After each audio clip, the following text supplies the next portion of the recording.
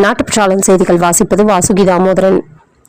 சிதம்பரத்தில் உள்ள ஒரு கோவிலில் கருவறைக்குள் உள்ளே சென்று கலசத்தில் இருந்த பாலை தன்மேல் ஊற்றிக்கொண்டு நான் தான் கடவுள் என ரகளை செய்த நபரை ஊழியர்கள் வெளியே இழுத்து வந்தனர்.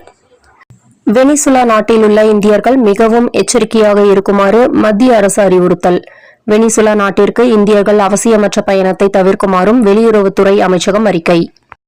சிவகங்கை மாவட்டம் காரைக்குடி அருகே கோட்டையூர் ஊராட்சி வேலங்குடியில் மூதாதையர் செட்டிநாடு பாரம்பரிய முறைப்படி கட்டிய 100வது ஆண்டில் அடியெடுத்து வைத்த வீட்டை புதுப்பித்து 5 தலைமுறைகளை சேர்ந்த வாரிசுகள் 300 பேர் விழா எடுத்து நேற்று கொண்டாடினர். கோவை புருக்பான் ரோட்டில் உள்ள கோவை மாநகராட்சி சீதாலட்சுமி ஆரம்ப சுகாதார நிலையத்தில் தினமும் 20 சிறுநீரக செயலிழப்பு நோயாளிகளுக்கு சேவை செய்ய Coimbatore icon trust rotary club ஏற்பாடு செய்துள்ளது. ஒரே நேரத்தில் 10 நோயாளிகளுக்கு டயாலிசிஸ் செய்வதற்கான இயந்திரங்கள் மற்றும் படுக்கை வசதிகள் செய்யப்பட்டுள்ளன. ஒருமுறை டயாலிசிஸ் செய்ய 375 ரூபாய் கட்டணம். முதல்வர் காப்பீட்டு திட்ட பயனாளிகளுக்கு இலவசம்.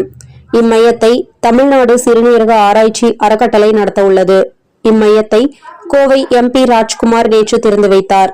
கோவை மேயர், கோவை கலெக்டர், கோவை மாநகராட்சி கமிஷனர் கலந்து கொண்டனர். பொங்கல் பண்டிகைக்கு தமிழக அரசின் ரொக்கப்பரிசு அறிவிப்பு. பொங்கல் பண்டிகையையொட்டி அரிசி அட்டைதாரர்களுக்கு ரூபாய் 3000 ரொக்கப்பரிசு. முதல்வர் மு க ஸ்டாலின் அறிவிப்பு. மாதம் தவறாமல் வெளிவரும் நாட்டுப்பற்றாளன் பத்திரிகையின் செய்தியாளராக பணிபுரிய விருப்பம் உள்ளவர்கள் கீழே உள்ள நிர்வாக அலைபேசி எண்களில் தொடர்பு கொள்ளலாம். 790477 78915 மற்றொரு எண் 9944341033. நாட்டுப்பற்றாளன் யூடியூப் சேனலில் விளம்பரம் செய்து பயன்பெறுங்கள். நமது நாட்டுப்பற்றாளன் செய்திகளை அறிந்து கொள்ள யூடியூப் சேனலை சப்ஸ்கிரைப் செய்யுங்கள்.